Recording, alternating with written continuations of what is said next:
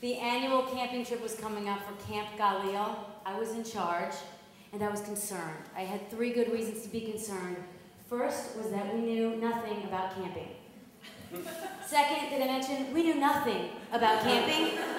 And third, we had a history of complete failures. Years, no, decades of failure with this overnight camping trip. Now let me explain one thing. Camp Galil was good at one thing. And as some of you probably are guessing by now, that was socialist propaganda. Common in the summer camp world.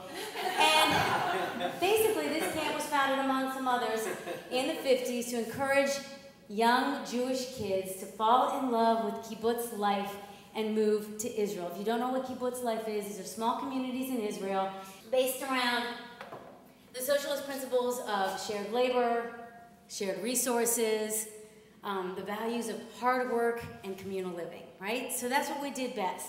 We instilled these values in our kids by making them work in work groups. They had to clean bathrooms, bus tables, build shit around the camp. They had to share all their possessions. We had to have long, deep conversations about Marxist philosophy. And after meals, we'd sing songs like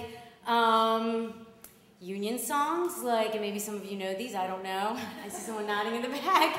Oh, you can't scare me, I'm sticking to the union. You know it? I'm sticking to the union. Oh, you can't scare me, I'm sticking to the union. I'm sticking to the union to the day I die. Of course, there was the socialist anthem. Everybody sings that at summer camp, right?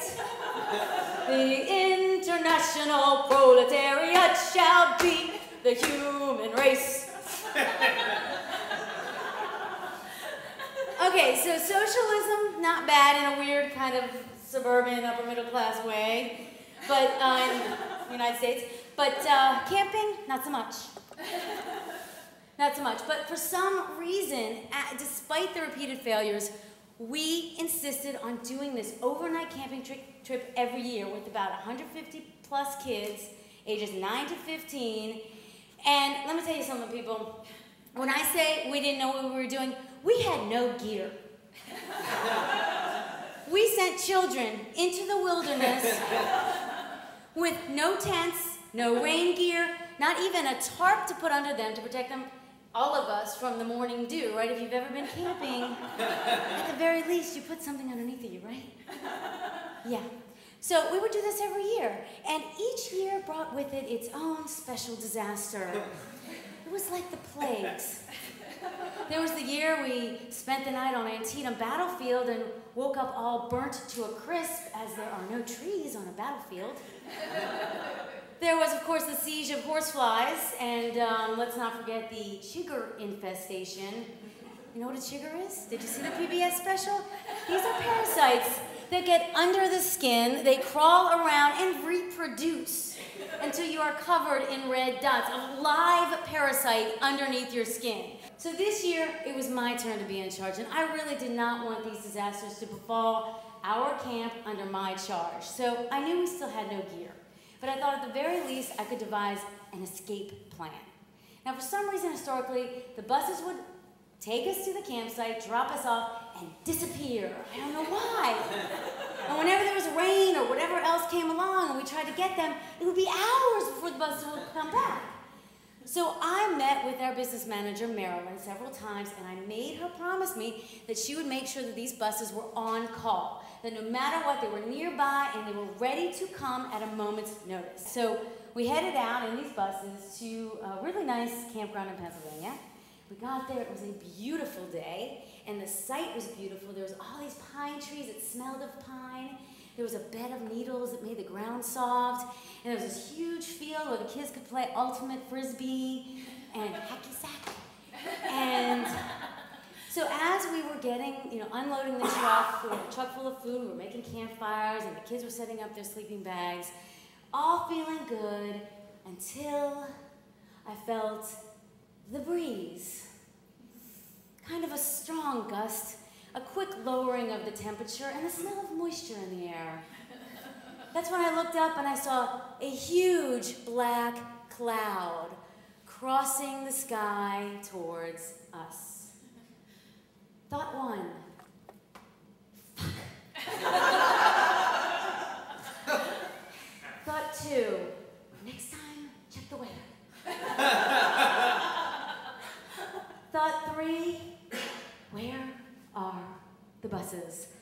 without realizing it, the buses had gone, and so I went up to my team. Al, who was the camp director, and Gil, who was the token Israeli. There was always a token Israeli there every year. They supposedly knew something about the outdoors because they had been through the army. Not so much Gil. So I go up to Gil, I'm like, Gil, hey, buses, where are they? He said, oh, they're gone. I said, I see that. I noticed that they're gone, but we're going to need them because the storm's about to come. We have 150 children in the woods right now that we're actually responsible for. He said, oh, no, they're not coming. I said, but wait a second. I talked to Marilyn. Marilyn reassured me that they would be here in a moment's notice and that they're on call. Yes, I know that, but Marilyn lied.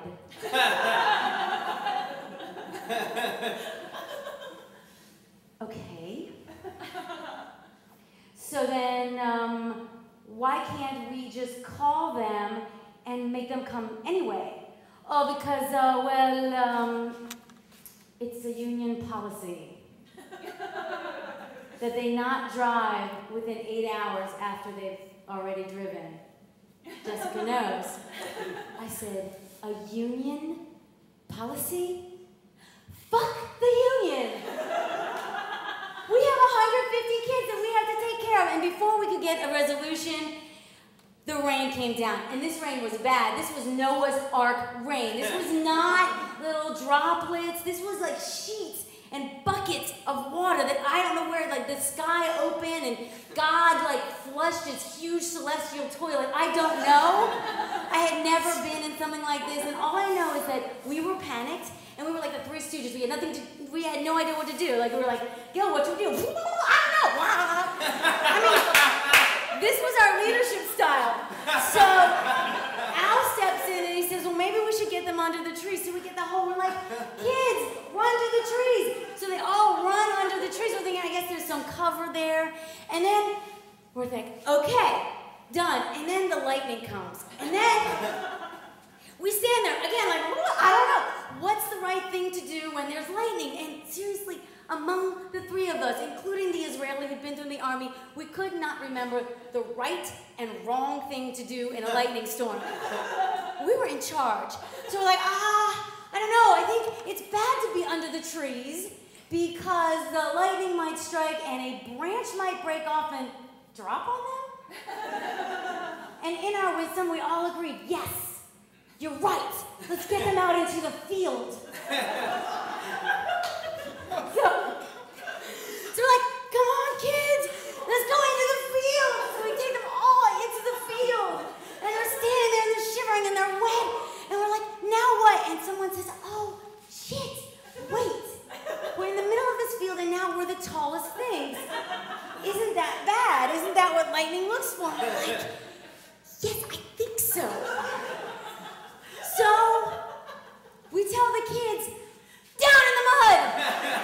We make them go face down in like at this point 3 inches of water. They're drowning.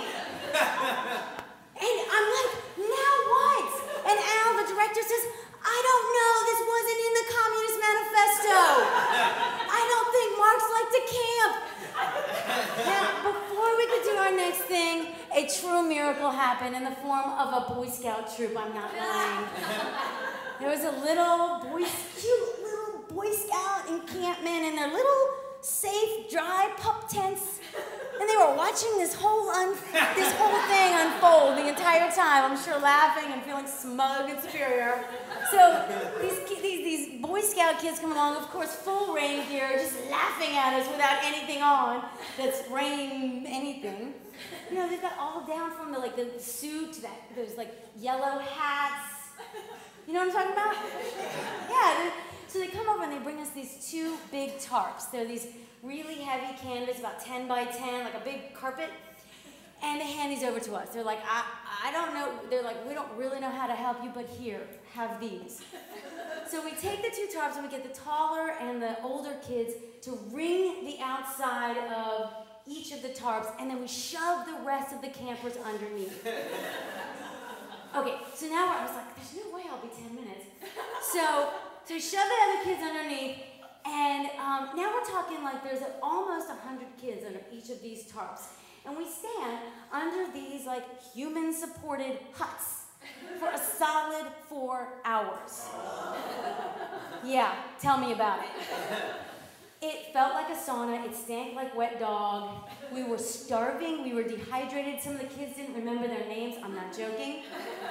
We didn't even think to go get water. Finally, someone goes to the truck and actually gets some bags of hot dog buns and starts passing them around. I pretty much didn't take that much time between when the rain started and we ran out of ideas to completely check out. I just completely abdicated all leadership in all sense that I had to do anything in the situation. So I was under one of these tarps, being one of the smaller of the people. I wasn't holding it up, but I was in there, and I was also starving, hungry, tired, and while I thought about the possibility of, I don't know, a death, lawsuit, maybe everybody would start gouging each other's eyes out for the last crumb of hot dog bun, I didn't know. But while I did that, these kids sang. They sang for 4 hours straight. And they sang socialist songs, and union songs, and even happy hippie songs. Like, there is a season, turn, turn. And this held the group together for 4 entire hours. So by the end of it, when the rain stopped and kids dried off a little and the buses came back, whereas I considered it one of the worst disasters of my life, the kids were elated at which an amazing opportunity for group solidarity that was. So I'm a little bit disturbed by that, but at the same time, I'm relieved that that's the way they remember this experience. It's actually legendary in Galil history. But I will say this, it only affirmed 2 things. 1, that we really suck at camping, and 2, that we're amazing at socialist propaganda.